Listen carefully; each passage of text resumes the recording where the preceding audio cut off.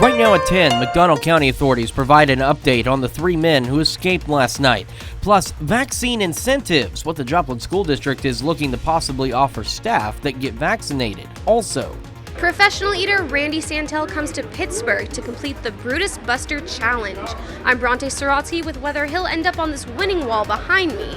and brunt of the pandemic, why those who are still unvaccinated are getting hit hard with the latest COVID surge. The 4 states' most watched news starts now. We're continuing to follow developing news out of McDonald County after 3 inmates escaped from the McDonald County Detention Center last night. Officials say these 3 men, Shuntavian Thomas, David Molina, and Carmelo Burgos, have still not been located. The last known sighting of the inmates was a short distance south of the McDonald County Sheriff's Office around 5:10 last night. The Sheriff's Office says all 3 are considered armed and dangerous and were being held for violent offenses. If you locate them, call 911 immediately. Do not try to apprehend them. Authorities are asking everyone to lock and secure homes, outbuildings, and vehicles.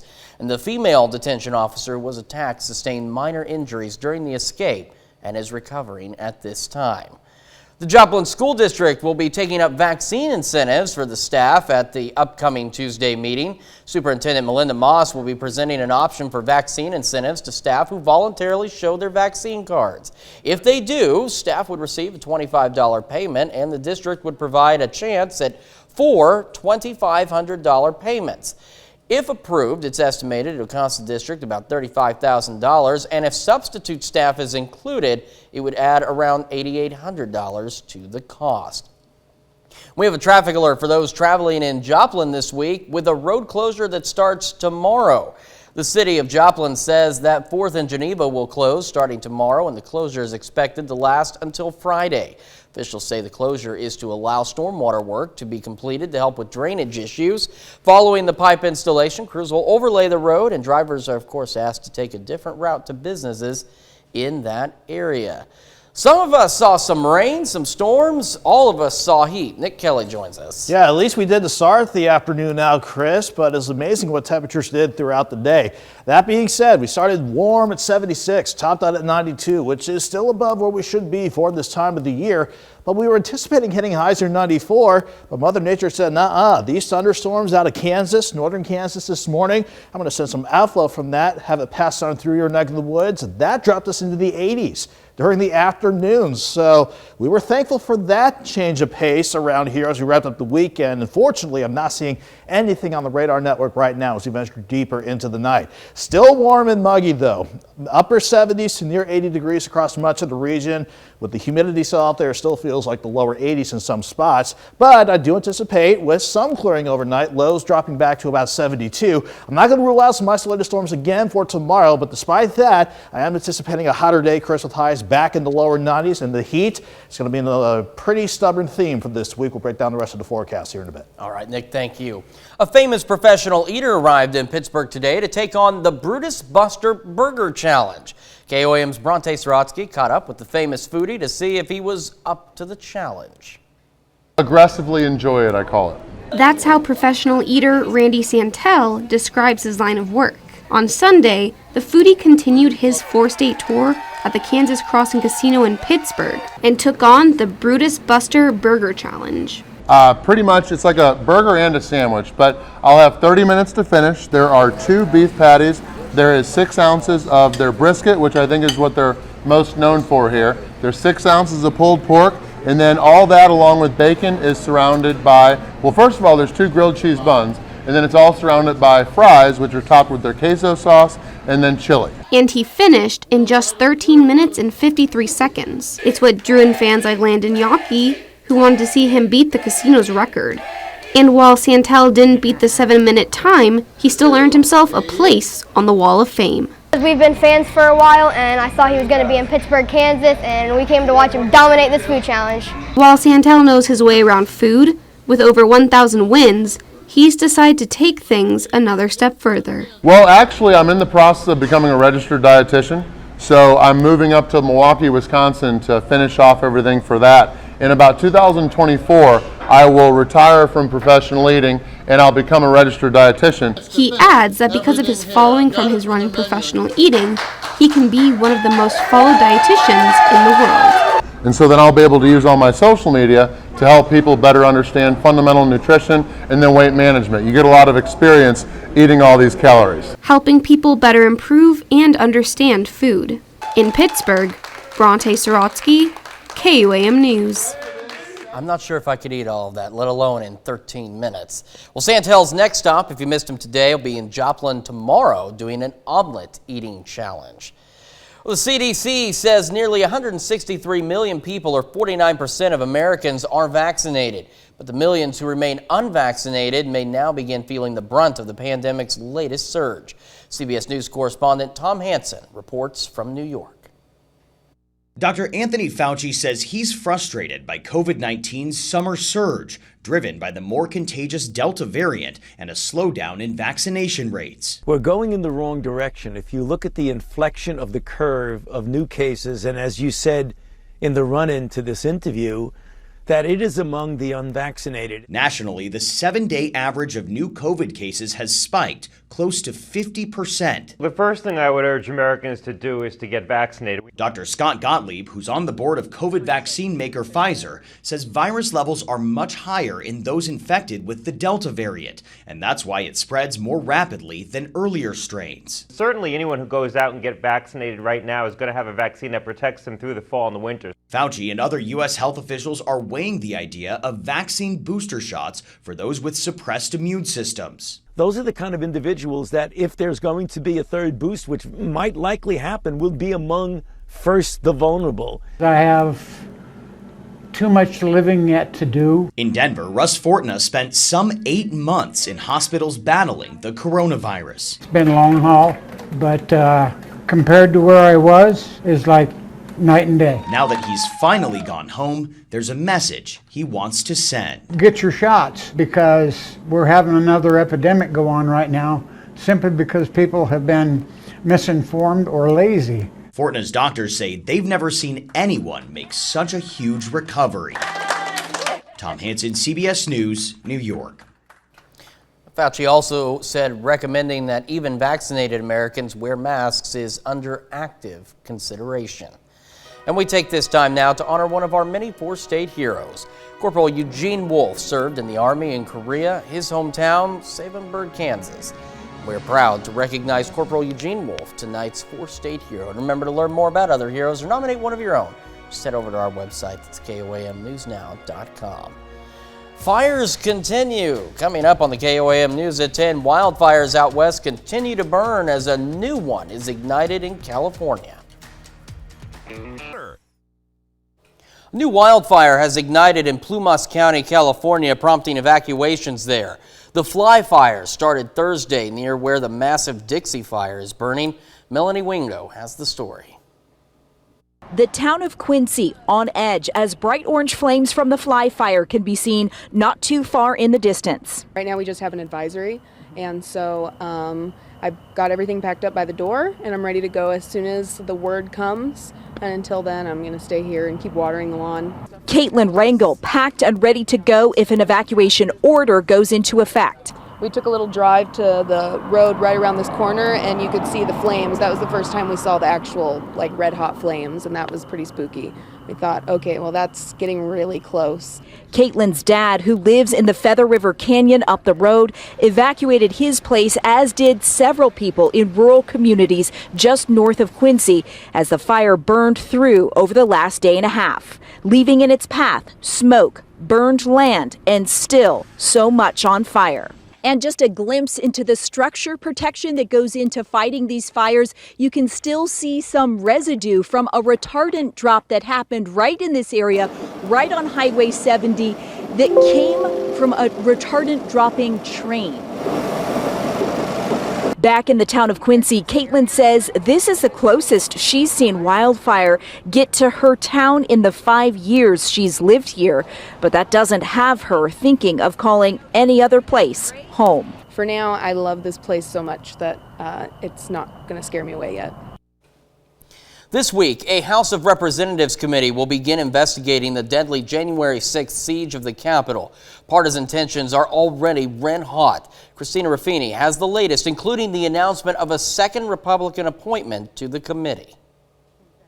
This committee, in order to retain the confidence of the American people, must act in a way that has no partisanship. But the makeup of the investigating committee has already become a partisan issue. We should be candid about the fact that it is politically to the advantage of Democrats to try to keep this issue in the forefront. Today, Speaker of the House Nancy Pelosi appointed a second Republican, Illinois' Adam Kinzinger, after refusing 2 of the 5 GOP members put forward by Minority Leader Kevin McCarthy. Maybe the Republicans can't handle the truth, but we have a responsibility to seek it. The rejected members, Jim Jordan and Jim Banks, voted against certifying the 2020 election results. She doesn't want us to ask these questions because at the end of the day, she is ultimately responsible for the breakdown of security at the Capitol. Then there's the stalled bipartisan effort on, what else? Infrastructure. We're optimistic. Stay tuned. We're down to the last couple of items. Democrats want more of the $1 trillion bill to go towards mass transit. Republicans say they've been generous enough. That's the one issue that's outstanding, frankly, at this point. My hope is that we'll see progress on that yet today. Now, we've heard this before, but senators say they could have a deal ready to vote on as soon as next week. Christina Ruffini, CBS News, the White House. Later on the KOAM News at 10, it's time for another edition of What Day Is It? Before we get to that, though, heat and humidity, that is going to be the theme that is wrap up the month this week. We'll break down the numbers next. Prearrangement. Before we break down the heat and humidity that's going to stick around for this week, let's break down what happened today because this turned out to be actually an interesting day weather-wise. We started out with some rain around the Indigo Sky Casino Resort outside of Seneca, Missouri. Partly sunny skies throughout the day, but then we have more cloud cover build on throughout the course of the afternoon. That's because of thunderstorms that were a little more prevalent than expected. So that certainly helped us out with temperatures. After topping out around 91 to about 93 yesterday, we dropped back into the mid-70s this morning. We were on track to go into the mid-90s. We were already at 90 degrees proper at 1 o'clock this afternoon, but you see how we tanked into the 80s for the rest of the afternoon?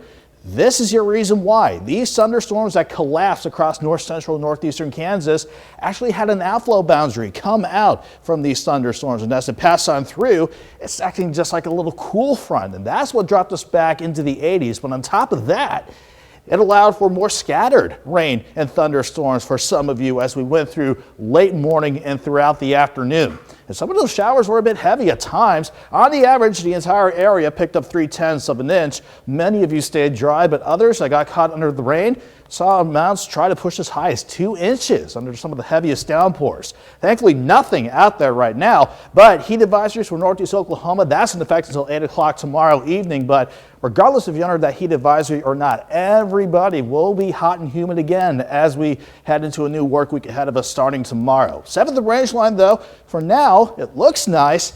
Doesn't still feel nice, though. 78 in Joplin feels like 81, thanks to a dew point sitting in the mid-70s still. And that's the case for the entire region. Most of us in the mid to upper 70s now at 10:18 on the Sunday night. It still feels like we're near 80 in a couple of spots, but thankfully these numbers are coming down as we go throughout the night. Thinking lower 70s to start the morning out, while any bigger thunderstorms are still trying to hold on across southwestern parts of Oklahoma. Now, remember, even though we had an outflow boundary push on through earlier today, that wasn't the front itself. It's still parked just to the north of us. And along with that, along with a few upper level waves that want to pass along the edge of the ridge eager to return, that is going to allow for some isolated storms to stick around for tomorrow. But I think we can get by the rest of the night and to start your Monday morning out on the dry note as lows drop back into the lower 70s.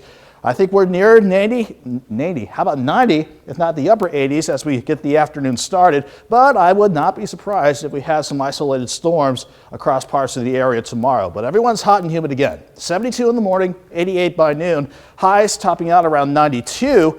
And those are just the air temperatures. Whether you see rain or not tomorrow, it's going to be humid all across the board with heat indices between 98, maybe as hot as 105 as we go into tomorrow afternoon. We'll stay hot but dry for Tuesday. But that overall, though, is about this upper ridge in firm control as we go throughout the rest of the week.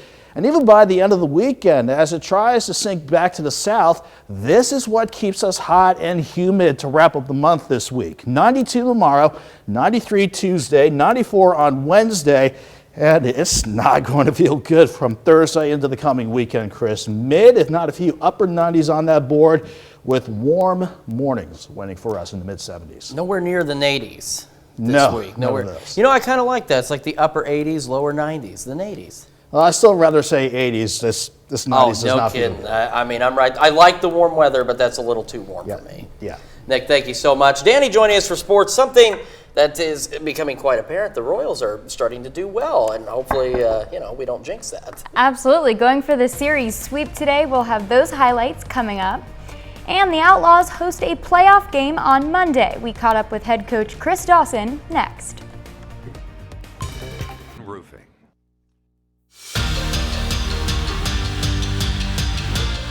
This is the Toyota Sunday Night Sports Feed. It's time for postseason baseball. The Outlaws finished the regular season with an 18-21 record, including a road win over the Renegades in the final game on Saturday. That win earns Joplin home field advantage heading into the wild card game. The Outlaws are set to play the Renegades once again, this time at Joe Becker Stadium. Defense, it's got to be there to give us a chance. We know that if we can get on base, we can run against them a little bit, so if we can control those aspects, we're going to be fine. We just got to get guys on base and create some havoc, and then our pitching is going to continue doing what it's doing throughout the summer. They've been battling all summer long, and they love the crowd. They love playing at home because of the fan base. The game is set for Monday at 7 p.m.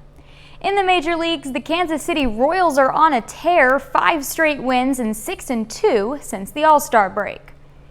Series finale against the Tigers tonight. Salvador Perez sets the tone in the first with a home run. That's back-to-back 3-run home runs for Perez. Next batter up, Jorge Soler joins in on the fun. Solo shot to center. He's not done. He adds another in the third. Second jack of the day. Royals up 5-0. And Daniel Lynch dealing on the mound. Lynch pitches 8 shutout innings with 4 strikeouts. He earns his first career win. Royals roll by the Tigers 6-1, and that's a series sweep. The Cardinals are trying to avoid getting swept. Tyler O'Neill goes yard in the first, a 2-run home run to get the scoring going. And that's certainly not the last home run for the Cardinals today. Tied in the fourth, Harrison Bader takes a turn, his with 2 runners on. Same inning, Dylan Carlson goes deep. The Cards score 7 runs in the fourth to take a 9-3 lead.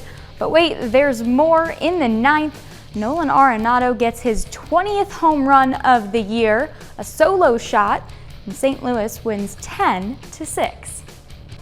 That brings us to our one and only break in the Toyota Sunday Night Sports Feed. Still ahead, hear from Chiefs head coach Andy Reid from training camp. That and more next. It's the back.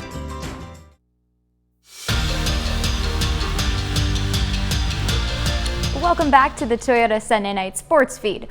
For some Chiefs players, training camp has begun.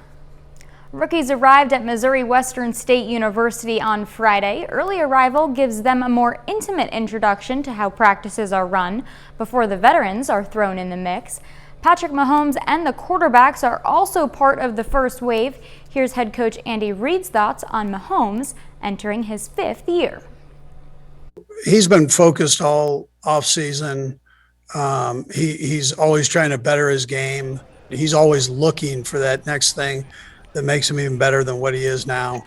And that's the part you love about him. He has that type of personality. He wants to be the best, and he it's not just talk. It's he wants you to be honest with him, direct, coach him, right? Coach him up as you go forward with it. 2 of the best teams in Major League Soccer take the pitch tonight. Seattle and Kansas City have the 1st and 2nd place spots in the Western Conference locked up. Sporting Kansas City is 5 points behind the Sounders. Tonight's game is in Seattle, but it's the visitors that come away with the big victory. Sporting Kansas City takes down Seattle 3-1. We're right back after this. Calling all artists. Just better. Wine and cheese go together like peanut butter and jelly, and today is the day to celebrate that. It's National Wine and Cheese Day, so now you have an excuse to indulge in the tasty pairing as if you needed one. Exactly which cheeses go with which wine is a localized tradition depending on where you are. It's also a moving target. Sommeliers are always experimenting and recommending new pairings to sophisticated palates. Similarly, cheesemongers, yes, that's what they're really called, stay updated on the latest trends, but the real answer is there's no wrong way to pair wine and cheese. Whatever you like is right. So you've got carte blanche to make any combination that suits you. And just do so in moderation, and that goes for both the wine and the cheese. Something definitely worth doing in moderation. I've got to moderate my cheese. I don't really drink wine all that much, but I have to moderate cheese. I know I gotta back off on Parmesan cheese, but if you go for it, the Parmesan cheese, you got to get the real stuff. That's etched with the Parmigiano Reggiano on the rind. That's the real stuff. I'll have to remember. See, now I've got to check at Olive Garden and see if that's what they use because I load up the Parmesan cheese. Yeah. Danny, what about you and cheeses? I'd definitely rather have wine and cheese than peanut butter and jelly, so. Okay, I'll agree with you there. Although, sometimes good peanut butter and jelly sandwich. Nothing wrong with that. Nothing wrong with Final Check of Sports either. I think people at home want to know how things are going. Yeah, the Outlaws are hosting the Renegades for some playoff postseason baseball. That on Monday night. All right. Nick Kelly, hot. Yeah, I just wish I had better news on my end of things, but we are going back into the lower 90s tomorrow for another hot and humid afternoon. Not going to rule out a few isolated storms. The heat just sticks with us. We'll start pushing into the mid-90s by midweek. Will Smith's Summertime song comes to mind right now. Yeah, as if I haven't heard that enough as a kid.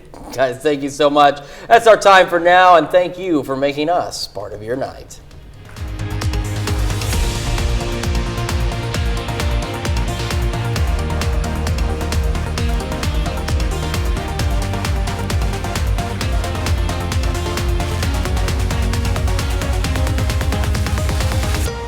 Service is provided by the Wild Side.